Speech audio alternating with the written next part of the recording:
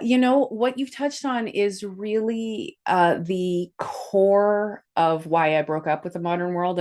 Well, I don't know. There's a lot of reasons to break up with the modern world, but this idea of hyper productivity and how it drives us and our society, our culture, and the oppressive, painful, trauma filled and rooted parts of it, the colonial aspects of it, it all is driven by productivity.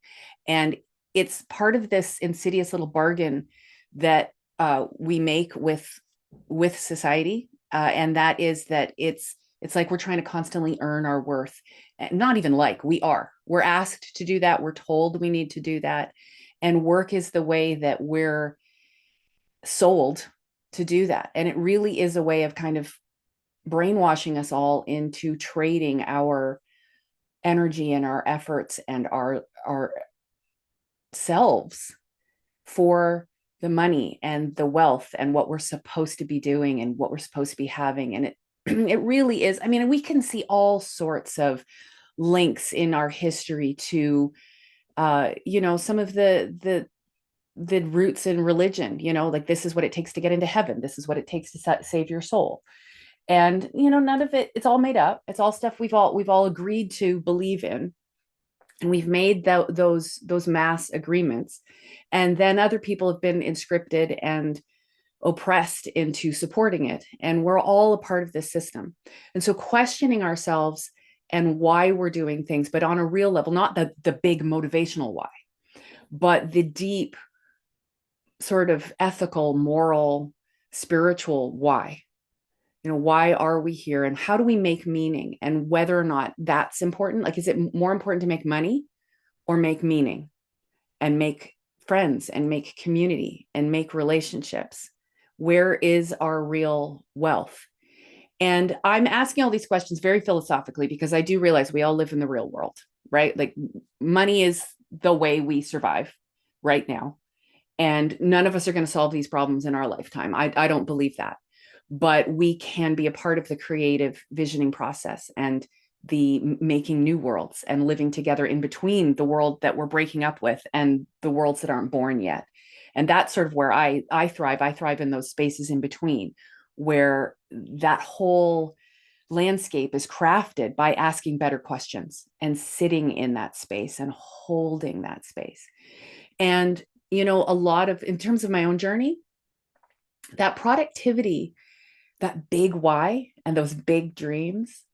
I mean, I joke all the time. My last name is Deepwater for a reason. I do love kind of being in over my head and diving off the deep dive and really getting into it and really kind of taking it all on. It is a big part of my personality. And so living within a disabled body has been an incredibly challenging process for me, because I became disabled when I was about 11 years old. And I'm very extroverted. I'm a good talker. I love talking. I get a lot of energy from being in conversation and in connection and in community with people. And that extroverted energy tends to get the joy that I love to feel. It tends to get mistaken for health and stamina. And in the inspirational community, in the alternative healing community, we get told all the time that if you can live your passion and you can root yourself into your dreams and you can live your true purpose, that will give you energy and that will make you ready, and you can do, and it will magnetize everything to you that you need. And I'm not saying those things aren't real. I did learn a lot of those lessons, but we also have to honor the bodies that we're in. And not everybody is the same. And if we put ourselves on a spectrum of the most fully able-bodied, full throttle people are up at 8s and 10s, not all of us are up there, right? And we have to learn to be in an honorable, honest, authentic relationship with our body and our limits. And that sense of productivity used to be my driving force, but also I would look for those big whys.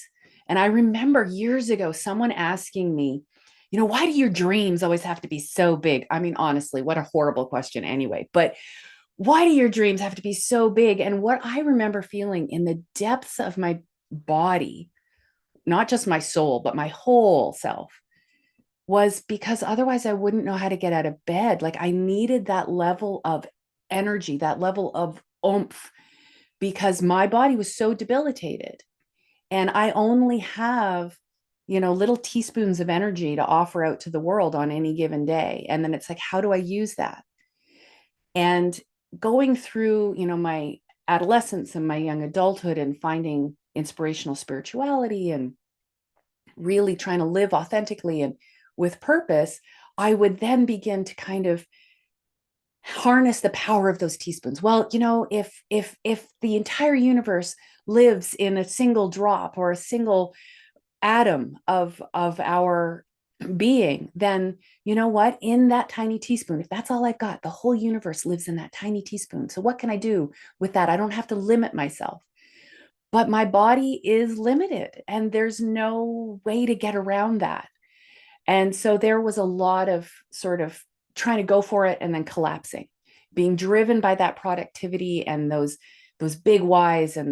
And also when you're struggling and living with homelessness because you can't stabilize income and those big dreams and trying to make a big salary sort of was tempting, right? Because then I could get all my needs met.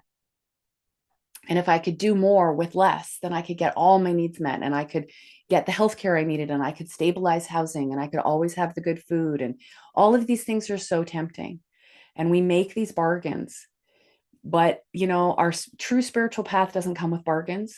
It doesn't come with, well, if I do this, then I can get that. And it just doesn't work that way. And my own personal journey was marked with a lot of collapsing and a lot of just, if you're into tarot, the tower card, just a lot of the systems crashing around me and ending up in real destruction and having to kind of rebirth all the time.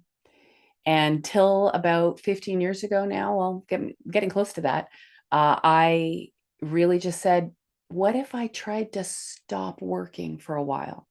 Like, really just gave myself a real break.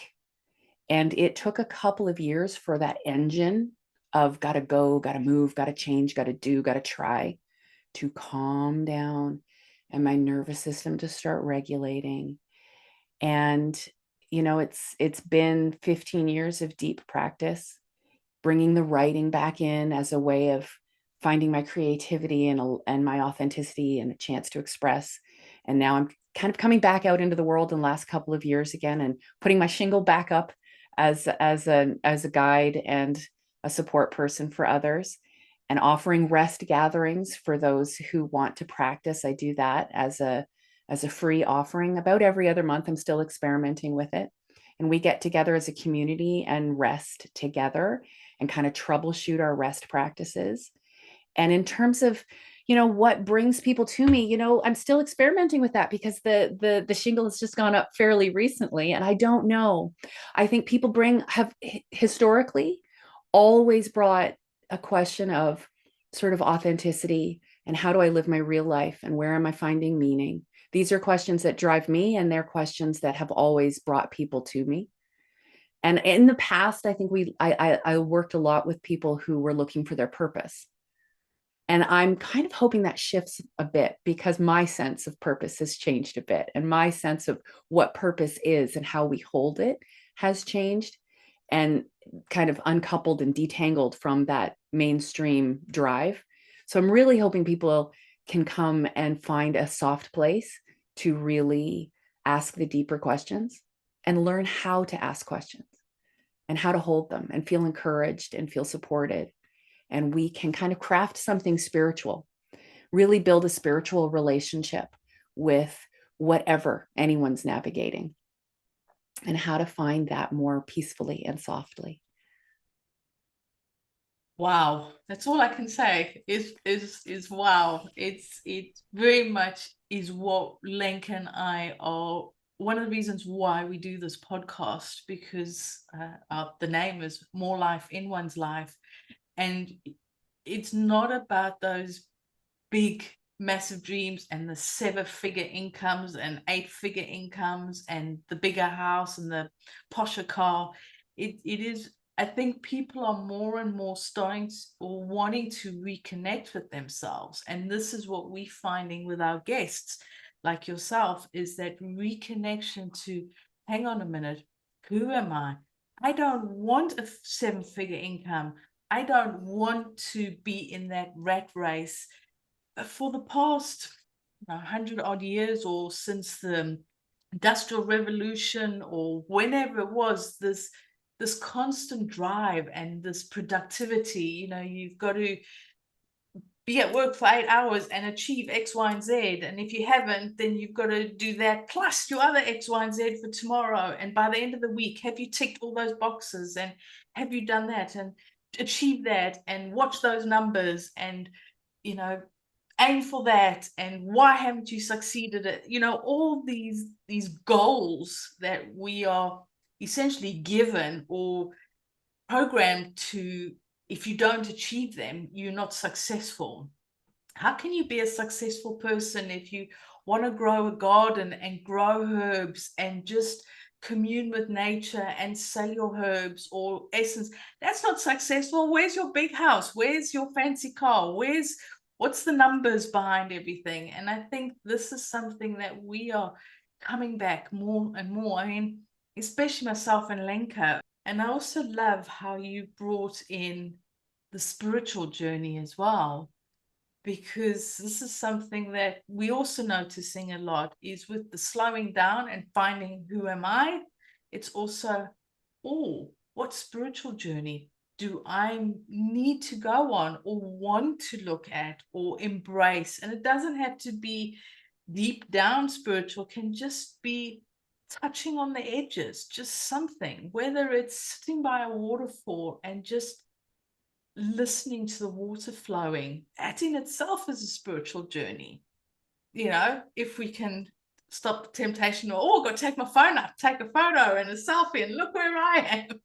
But just sitting there, or it can be real deep dive and meditating and whatever else. The tarot, you mentioned tarot, really starting to get into tarot reading, or is it about crystals, or is it about herbs, or whatever it is it shamanic, is it deep breathing? It doesn't matter what it is, but it's finding your connection. Because if you look in our history, we are connected to the earth, and we are designed to be slow.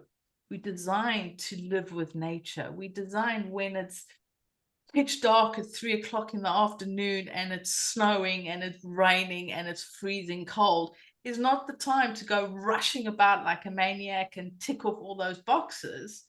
But yet when it's beautiful and sunny and we've got that energy, yes, let's go tick some of those boxes. Let's be more active. Let's find what can we do, whether it's being creative or whatever it is, but allow our bodies to have that cycle. As women, we have these monthly cycles that you get, you're like, whoa, I'm so busy. Oh, whoa, I can do anything. And then, a couple of days later, it's like, hell, don't even talk to me. Don't even look at me. I'm got nothing. Just leave me alone. I want my tub of ice cream. I want to sit underneath a blanket. I want to just be quiet and just stay away from me. I don't have the energy to do all that stuff that I did last week. And that's okay. And I think this is so important that we as humans start to embrace that slowness, start to embrace those moments of, it ain't happening. You can stand over me all you want. It just ain't gonna work. And I think that's important. But the advantage of those who are self-employed can work with it. But if you're employed and you have to, be that little productivity automaton that they're requiring, it can be really challenging to find those moments of creativity, or to find those moments of quiet, of space.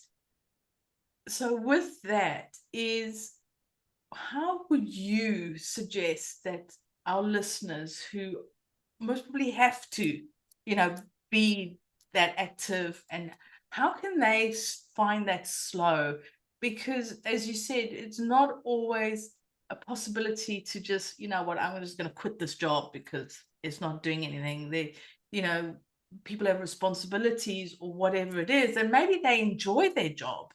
Not everybody hates their job. Some people do enjoy their jobs. I've met a few and I'm like, yeah, liar, liar, but okay, if you say so. But some people need that job or want that job, but they still want to connect with themselves, and they still want to find that way of having that rest or having that slow down. So what would you suggest, or to go about that when you are in that busy working space, or even if it's just busy with kids, taking kids to school, looking after kids, looking after family? How can you take back yourself essentially and find that core in you? Yeah, the busy is a monster. There's no question. The busy can be an absolute monster. And there are, ways to look at this from a couple of different angles. As a disabled person, I have experienced life very differently, with a lot of breaks and starts and stops and big dysfunctional times where I couldn't function. And I do live on a disability pension. It's social assistance. I try really to be very transparent about that and have no shame and break the stigma around not being able to earn a stable income on my own at this time or at any time in my history. It has never been there. And it's also a strange sort of privilege, because all those years ago, when I was hit with that revelation of I need to stop trying to work, I did have what I call the strange privilege of being able to stop trying to generate some kind of income because my basics were covered. I had a safe, stable roof over my head. I could put food on my plate. And that is everything, particularly when you're worn out and exhausted and tired. Some of us, just from the busy, without a chronic illness or a disability or chronic pain or major trauma, recovery time is a needed thing in our society. So all of that to say, I did come from a sort of strange place in that I could shut down and be safe. It wasn't easy. It wasn't pretty, but it was safe. So I would always encourage people to look for safety and look for that kind of stability first. And then beyond that, let go of what you can let go of. Make space where you can make space. And the reality of the situation is we are dealing with a machine. There is a machine pace and a machine way of being in our culture, and we're not machines. So the first step, in my opinion, is always questioning, is always honoring and paying attention to the places where we are in pain in relationship with our life. Where are we out of alignment, and where is that causing us pain?